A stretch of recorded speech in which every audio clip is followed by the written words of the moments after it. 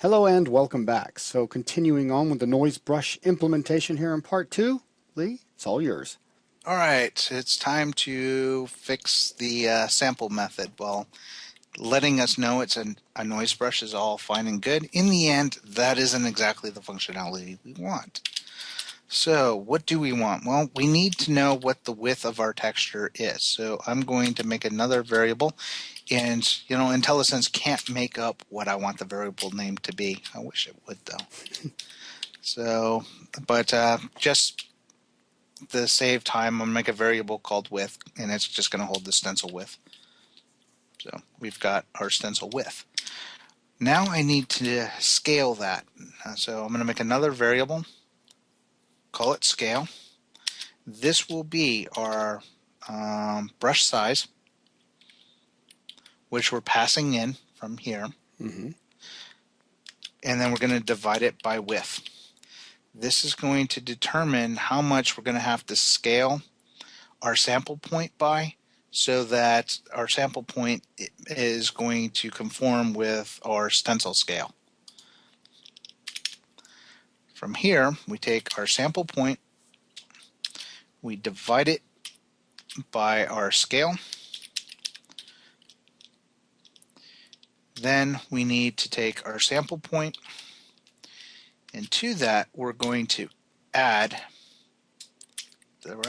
add equal a new vector 2, and this will be the width divided by 2. Helps if I put some parentheses or brackets or whatever those things are called. The curved things. We'll go with that, the curved things. You like that? Yeah. Highly technical. Yep, the curved So, things. The curved things. Hey, we've already established I like making up my own language. That's fine, yeah. So why not my own programming language? All right, so, oh man, I got to fix that. It's going to drive me nuts. Well, at least I don't have, like, each line has to have X number of letters in it, or it just isn't right. That's true. That'd be horrible. Yeah, would it? All right. What we're going to do is we're going to take our sample point, and to that we're adding a vector that is half the width of our texture. Basically, what we're doing is when our sample point comes in and we've scaled it, this is based off of being at the 0 by 0 of our texture if we weren't to modify it. So 0, 0 would be in, I believe it's the lower left-hand corner. And we're adding half the width and half the width again on X and Y, which centers us into the center of our stencil. Mm-hmm. And we have this really cool aid here. Yeah. So basically, if we weren't to add that vector, we'd be sampling here. And our sample would be based off of, 1/2 or 1/4 of our overs. Yeah. Yeah. I do my own math too. So, but it'd be 1/4 of our overall texture. What we're doing is we're adding half the vector. So we're taking our samples, we're modifying it up accordingly so we can get our full stencil space. Okay. So that's what that's doing. At least that's what the man on the corner said it was doing when I asked him to, write this for me. He worked cheap too. I only had to buy him a Happy Meal from McDonald's. Nice. Yeah. So, all right, now let's get our sample. So we're going to get our sample by using stencil.getPixel, because we only need one pixel. And did I mention my rant about get and set pixels and how terribly slow they are? And you want to minimize the amount of times that we're doing this? I think I have. But just in case, yeah, they're terribly slow. Don't use them any more than you have to. We're going to get our pixel and we're going to sample our red channel because we're using black and white. And the way we're defining things, red, green, blue, and alpha channels all have the same information in it, so we just pick one and go with it. I just happen to pick the red channel. So we need to cast our sample point X and our sample point Y into integers, otherwise getPixel complains. So because it only works off of integers, so we're going to take our sample point dot X, cast it to integer for the X component, and then do the same thing with sample point dot Y. So this should almost make everything happy. There we go. So now we've got a sample that is the R float part of our getPixel. From that, we'll do another check that says if sample point dot magnitude sample point dot magnitude is less than or equal to our brush size divided by 2, then we're going to take our sample, we're going to multiply it equals 1 divided by our sample point dot magnitude divided by brush size divided by 2. So while I was adjusting the colors, I'm now adjusting the actual sample value itself.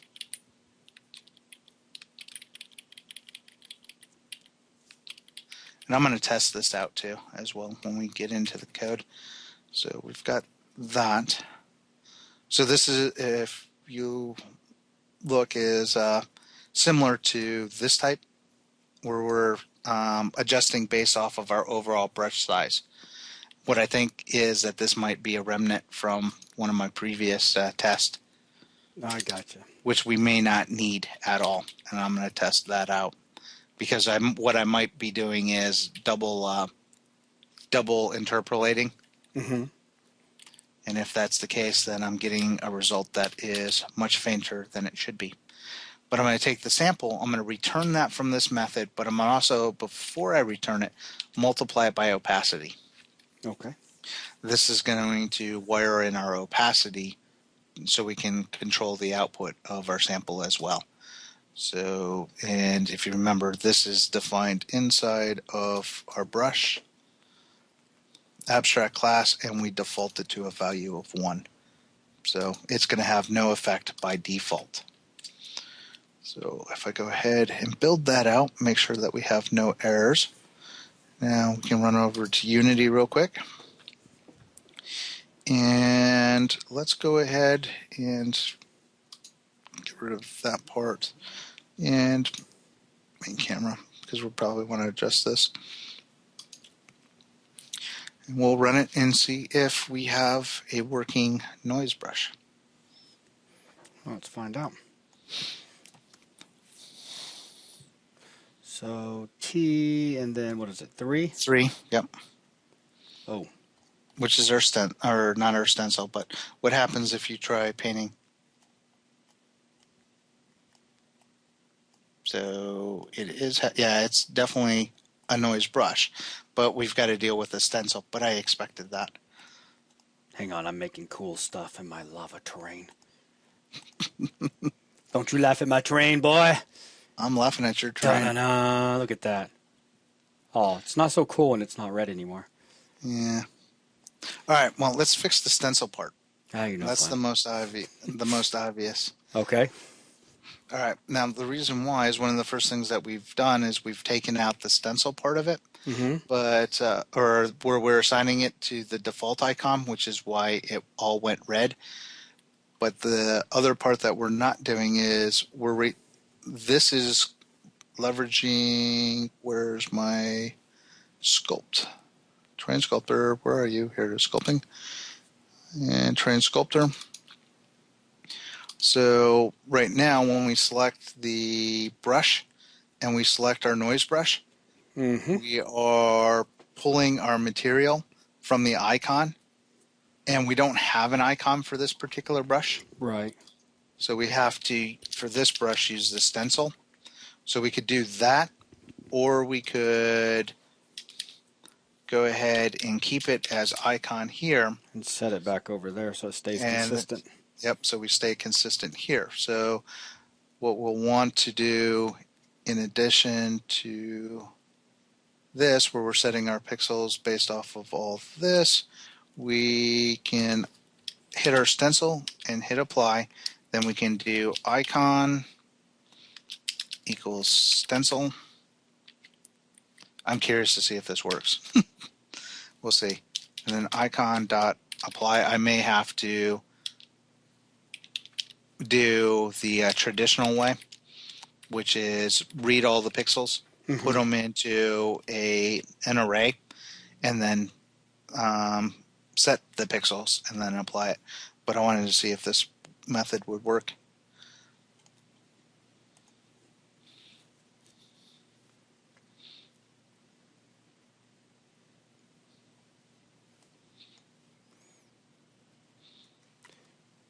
Oop. Kind of, sort of, but it's giving us some really, really weird results. So I'd say that was a no. Da-da-da. Okay. Too much fun. All right. So if that's not going to work, round 2. Now,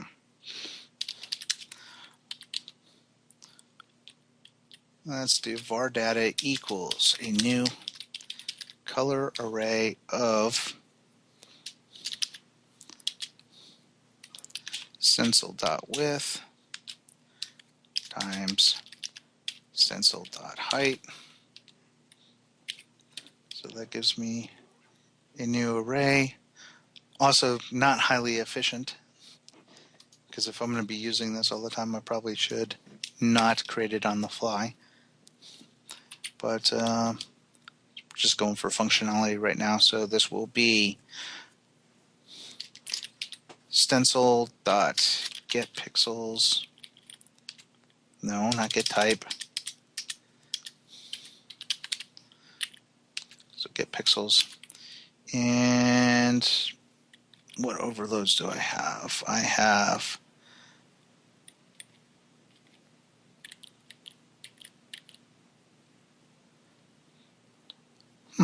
I wonder if that will do the trick. I've never tried it that way.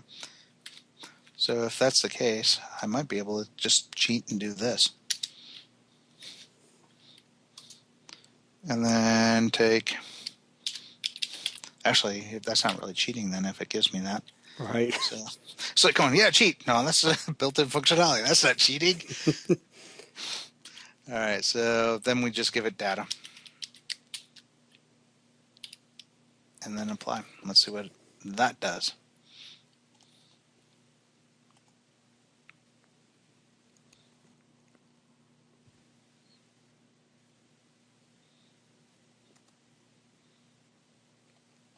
Guaranteed a different result every time. Let me.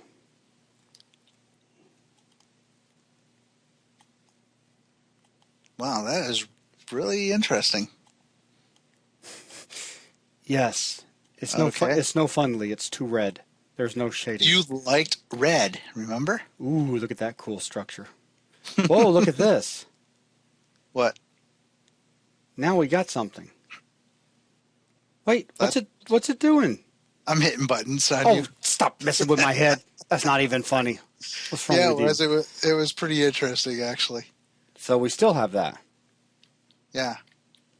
So that means that... So it looks like our stencil data may be wrong. Yep. That's what I'm thinking. Yeah, that's what I'm thinking too. So let's go ahead and jump back over. All right. So just the rule any of this possibility being an issue for now, I'm going to go ahead and comment this out. At least I thought I was. And then I'm going to go here, and I'm going to change this to use our stencil. Mm-hmm. Because I want to see exactly what the stencil data is. Yeah.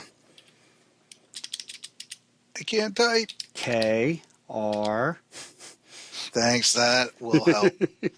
All right, so what is it with us and recording at like the most earliest hours in the morning every single time? That just works out the best. Yeah. All right, so we're just going to use our stencil stuff. I want to take this out for now as well. Okay. Build that out, and let's see what we get. Troubleshooting 101.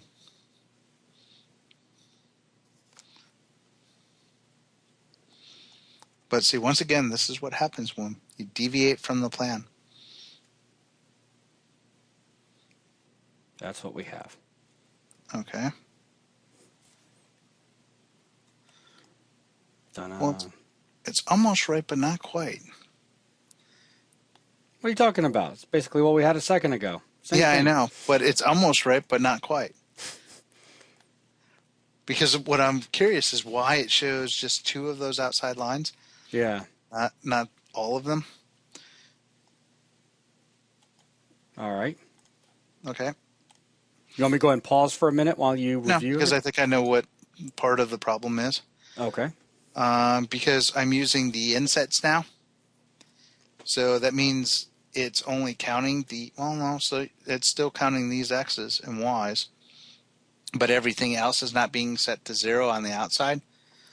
So if I were to take this out,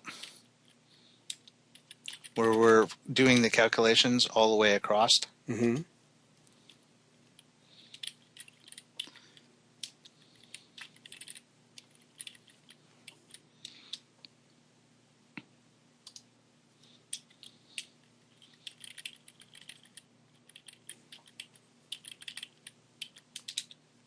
so if I get rid of that,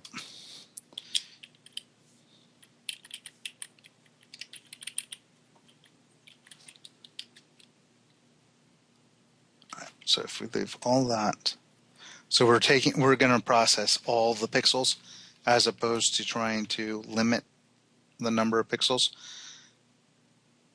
And greater than this one, I'm still going to leave in the minus 20.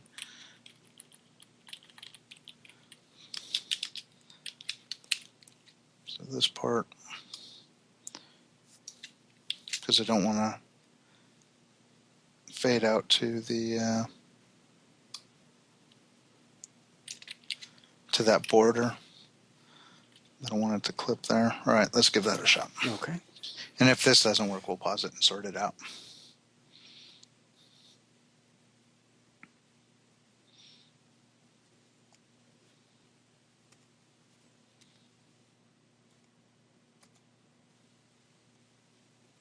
So that sorts out that problem.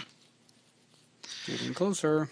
Now, what I'm wondering is, what are you hitting to bring up the all red? It's just when I first go into the tool. When I first hit T. So let me exit out.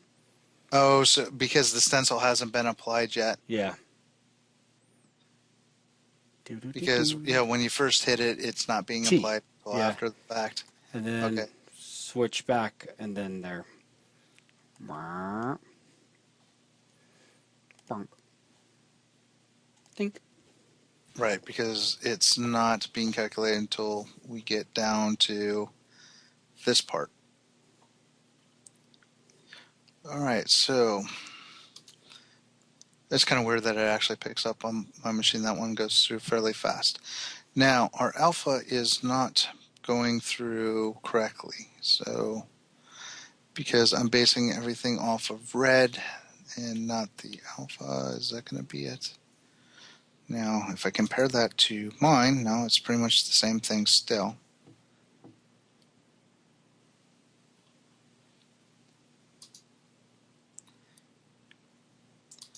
And icon, yeah, that's still the same. So I'm trying to figure out why we're getting the black instead of a fade out. Right. Did you want me to just pause for a few minutes and let you look over it? Yeah. All right. We'll be right back, guys. Okay, Lee, you are back. Yeah. It's not like I really went anywhere. I've been here the whole time trying to sort this stuff out. But all right, couple of things. There is actually one change that I did make that is necessary inside of Terrain Sculptor. And somehow this got completely missed. What was happening is I had to add this little bit of code. So I'm going to delete it.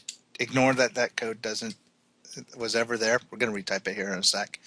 But if we go back in, one of the things that Jason had pointed out, and I was thinking of it wrong because he was working the keyboard, is that when we start up, when you first hit T, we're getting this red screen. And I thought we had sorted that all out, but somehow that problem has crept back in.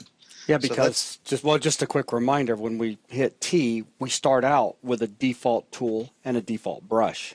Right. And it was not the brush that we were working in this video. Yep. So these are the defaults. But what we need to deal with is setting the default material. So that's going to just be projector.material. And if this was there, we both have no idea how it went away. Yep. So set texture. And again, this is underscore stencil. And we give it our stencil, which just is going to be brush.icon.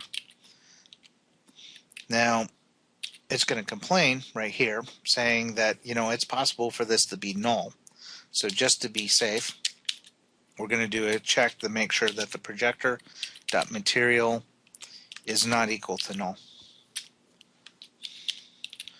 So that will fix the first case. So if we build out and we hit play, so when we first come in and hit T, we shouldn't have the large red texture, which is really going to, take a... What? What did you do? I didn't do anything except hit T, man. Oh, man, and I wanted to take away your fun. I guess I'll have to try again. So what did I type wrong? Hang on.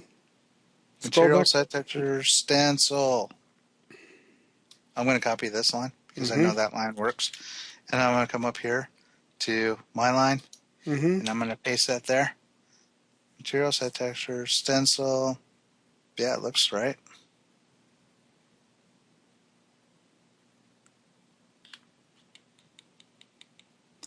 Fun. So I don't see a typo there, do you?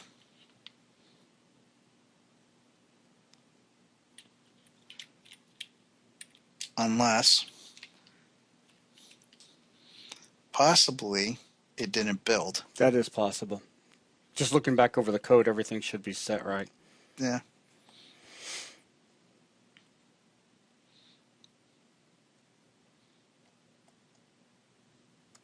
There we go. So it was a build. Yeah. Okay. Whew, man, I thought I was going crazy.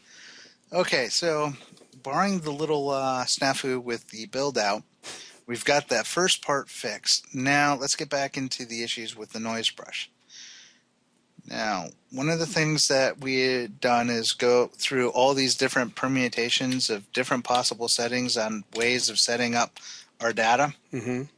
What we're going to go with is going to take our icon. We're going to set it to equal our stencil. And then we're going to take our icon and hit apply on it.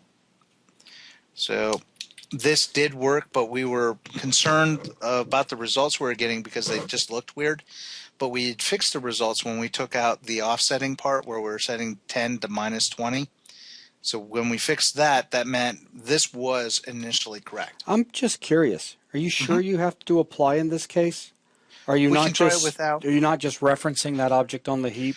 Well, Unity does some weird things sometimes. I've seen it do some weird things. I'm just curious. Well, it's kind of like the whole vertex heap where we set it and we still have to where we make a copy and then we have to copy it back. So just an idea. Nope. So it does work. Yeah. Okay. Good. Nice. Good. So that saves another instruction. So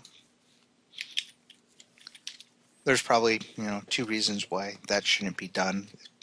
Probably something on Unity. It's not handling garbage collection correctly or not. Don't ask me. Be nicely. No, I don't want to be nice. If you've hunted down as many memory bugs is I had to with materials and textures inside of Unity. You wouldn't be nice either. All right. But that all aside, one of the things that through my testing, this code is redundant. We don't need it. It was a fallback. Leftovers. Yeah. Yep, leftovers during the R&D. So it was leftover, just residual. Now comes the fun part. Comes the awesome part. Yeah. Order of precedence. It will bite you in the butt every single time you give it a chance to. I'm taking my magnitude, dividing it by stencil width minus 20, and then I'm taking all that and dividing it by 2. So what I'm getting back out isn't exactly what I thought I was getting back out, because I want to take my stencil width, subtract 20 from it, then divide that value by 2, then divide that by magnitude, which will give me the numbers that I'm hoping to get. So if we go ahead and give that one a shot.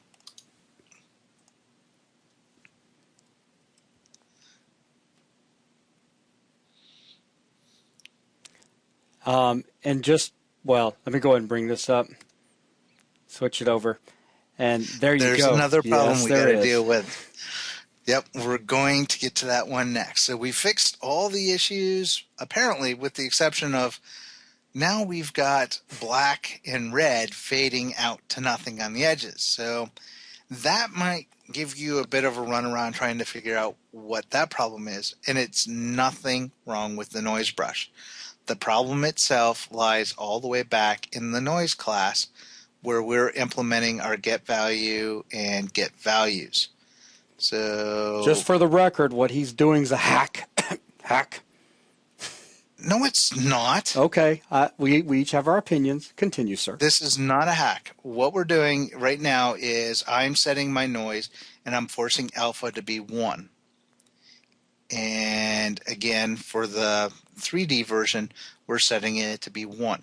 But because we need to have transparency on our noise, this isn't working because we're not getting transparency.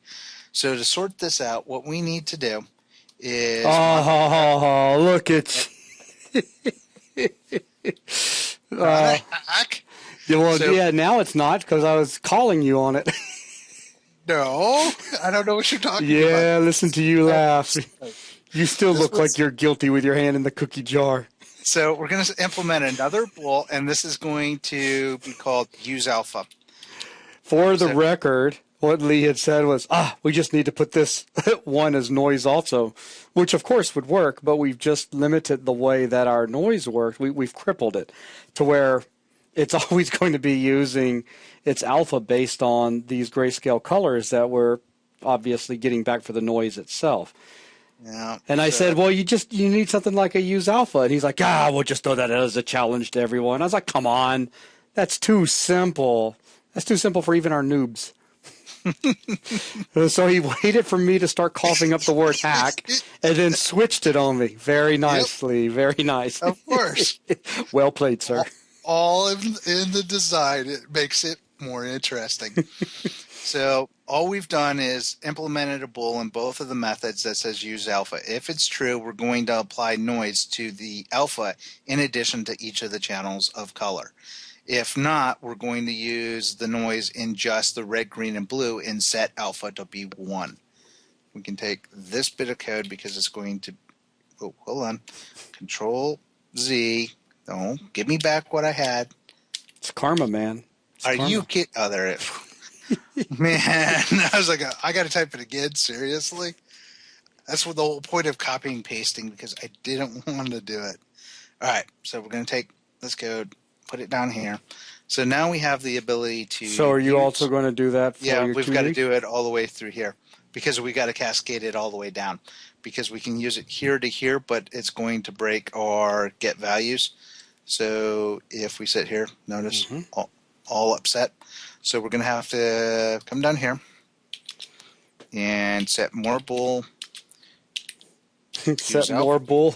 Must have more bool. Yes, Red Bull is good. I like Red Bull. And I need it right about now because I am getting very tired. Oh, no. not enough that I won't finish a couple more hours of recording. Sweet. Just because. So, and then here we'll just pass in user alpha. And then here, pass through use alpha again. Now, and this is back in our brush. Yep, back into our brush. So in this particular case, we do know we want to use alpha, so we're going to set use alpha to true. Mm-hmm. So if we set this all up, we go back in, play with it.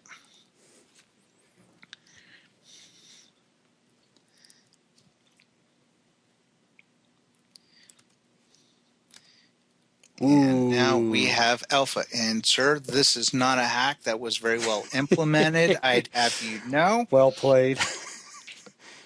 Now my turn to play. Yes, now you may play. I gotta wrap this around me just right. Hang on. You'll still mess it up. Yeah, whatever. Right here. Right. But I wanted to do that so you could really see the... Yeah, set the camera angle and pan back out. Yeah, hang on. Let me get that out for the moment.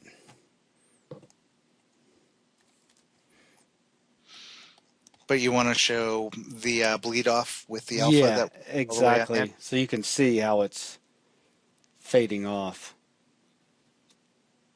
So basically, you can look at it as our strength is becoming less and less. Yep. But yeah, there you go. Now we can do one more example while we're here. I'm still playing. Oh, okay. But what's that? No. Well, it's going to require going back to code. So Okay. go ahead and finish up your playing. I know you want to play with smoothing. Yep, because it just gets so cool when you just come in here and use the noise. Can I have a rotate on this? Yeah, you're not the first one that asked for Just that. wondering, you know. Yeah, it probably could be achieved in code. We could use that as a challenge for one of our other members too. Then I'm gonna want their tools. Then darn it. Well, you know they want. I've heard rotate was one, but not only rotate, they want to tilt it at an angle. At an angle. Yeah, kind of like if you rotated it along the X or Z instead of just around the Y. Oh, I so got you you. could stamp it on the other on the side of something, which wouldn't really work in this case because we're not using voxels and we don't have 3D displacement, so there's no point in doing something like that. All you would be doing is limiting the range. You would effectively be taking the stencil, which is circular in nature, and turning it into a Need my seam tool. an oval. I see a seam. Yeah. Go smooth it. I was. All right, I wasn't. I was just. I know you were just stamping. Because it's fun. I'm sorry. Jeez, back off. There we go. Need a seam tool. But as you were saying earlier, though. Yeah, being I serious. I was just what you had said earlier about being able to make such complex. Yeah. Shapes. It's like going with just right now. We don't even have the ability to adjust the noise brush yet. Right. But you can make very complex looking geographic features quite quickly with just like that? The one brush. Yeah. Now, if I could rotate this, could you imagine how cool that would look? Yeah, it would be. It would be like a cool river. Ah, my mouse is off the screen for that. Darn it. Look at that. That's just pure sexy. No, imagine if you could rotate it. That's what I'm saying, man. That's the neatest idea you've had in a while, Lee. Wow, rotating it. I'm so glad you said that. It'd be awesome if you implemented it. Yeah, because you know what's going to happen is he's going to not lay off me until I put it in. He's go, where's that rotate feature that we're going to go? Matter of fact, you're probably going to make sure that it goes in before I finish the UI stuff. It's like going, it'd be really cool if you added that here. It wouldn't be hard to do. Just saying. Famous last words. Ta-da. It wouldn't be hard 4 hours later. Okay, back Actually, to code. it wouldn't really be that hard There is no built-in implementation for rotating Mm-hmm. your textures built into Unity. Mm-hmm. So we would have to use some sine cosine Mm-hmm. and do it on a pixel by pixel basis, Mm-hmm. and then write it back out after we cropped it. But because these are circular soft brushes, Mm-hmm. we wouldn't have to worry about that part. But it could potentially slow down the system depending on how much rotation you were trying to do. You wouldn't have an interactive rotation. You would dial in a number and then have it update after the fact. If you tried to rotate it while doing the slider, it would probably be too slow. But we can test it and find out. Okay, so what was the other thing that you had in Oh mind? yeah, what I was going to show was if we did take all this really cool code that we did for doing all the stencil calculations Mm-hmm. and doing, the hard edge perimeter, so cutting out the circle and then fading it and feathering it off. Mm-hmm. If we comment all that out and then we run it with just the noise in our stencil Mm-hmm. and see the result, because now we can show it. It's easier to show it now Mm-hmm. with everything in place than if we just tried to do it initially.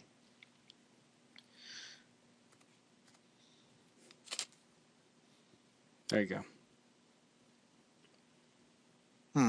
Why is it still circular? It should be square. Hang on. Oh, it is square. It is Okay, square. along the edge. Yeah, I didn't catch it. With this particular noise, it's kind of hard. Let's change the numbers. Hey, no, mouse. Hang on. You haven't Don't heard fall. Right. Oh, stupid mouse. Here we go. Oh, yeah. And I didn't fall. What are you talking about? Didn't fall. I'd stutter. All right, there you go. All right, let's go ahead and dial in our numbers so they're slightly different. Okay. And let's go with 0.5 for our persistence. We don't really need a crazy gain. So we do a gain of 1 and let's try 0.2. Actually, I'm going to do 0.5 on this one. And yeah, that should work. This is going to give you more of a traditional type cloud, I believe, than the plasma type look or the lava lamp look that I like. Oh, So, yeah. That looks yeah. like every cloud I've ever seen. Yeah. But in blood red and transparency. But as you can see, it's a square. Mm-hmm. And because it's so high frequency, it's not really useful at all for If I get it larger, you'll be able to see the high frequency. the pattern. Yeah. But you can see the little lumps in there. But again, not very useful for terrain sculpting, but could be useful for painting if it didn't have the square edges. Mm-hmm. With the square edges, you're going to have very noticeable seams, which is why we round off and then fade out to the edge so you can feather in your textures. There you go. Hang on. Huh? How cool is that? Yeah. Now, if it didn't have the square edges, it'd be even cooler. It's like grated cheese.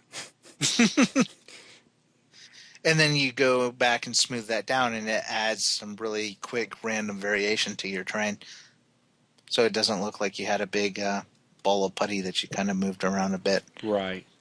Very cool. So just things you can do. So let's go ahead and put that back. So even with this, You didn't want to do a bunch of undos and put your noise settings back? No, actually, I was going to dial in different noise setting. Oh, okay, cool. I was going to leave this, but I was going to take down the frequency again, down to, say, 0.015. But I'm not going to use the lava lamp. This will still give us a larger cloud-like type.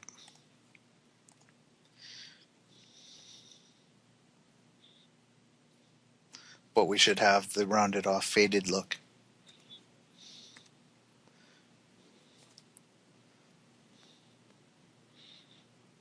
But instead of having with the high gain and the reversed persistence, instead of getting the plasma look, now you get something that looks more like hills. Mm-hmm.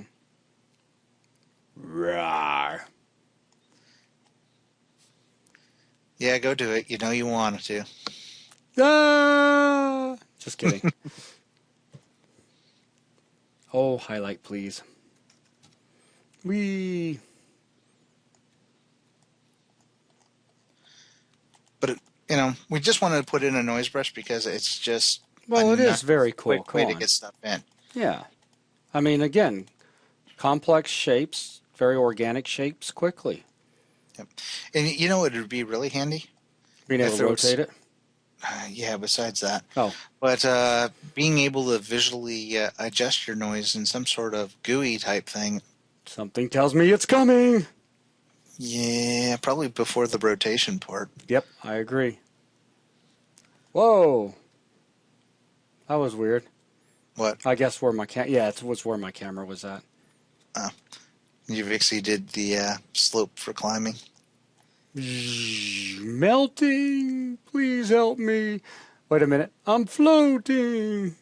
You're having way too much fun. Oh, I'm sorry. But it is such a cool... Boom. Okay, good enough. All right, Lee, well, does that get us to where we need to be as far as the implementation of the noise brush as of right now? As of right now, yes. Okay. Is it all that we're going to see of our noise brush? No, we will see more stuff from our noise brush. Okay, fantastic. Well, not right here. Thank you, ladies and gentlemen, for bearing with us as we had a little bit of fun going through that. And with that, that is going to wrap up this video. We'll see you in the next.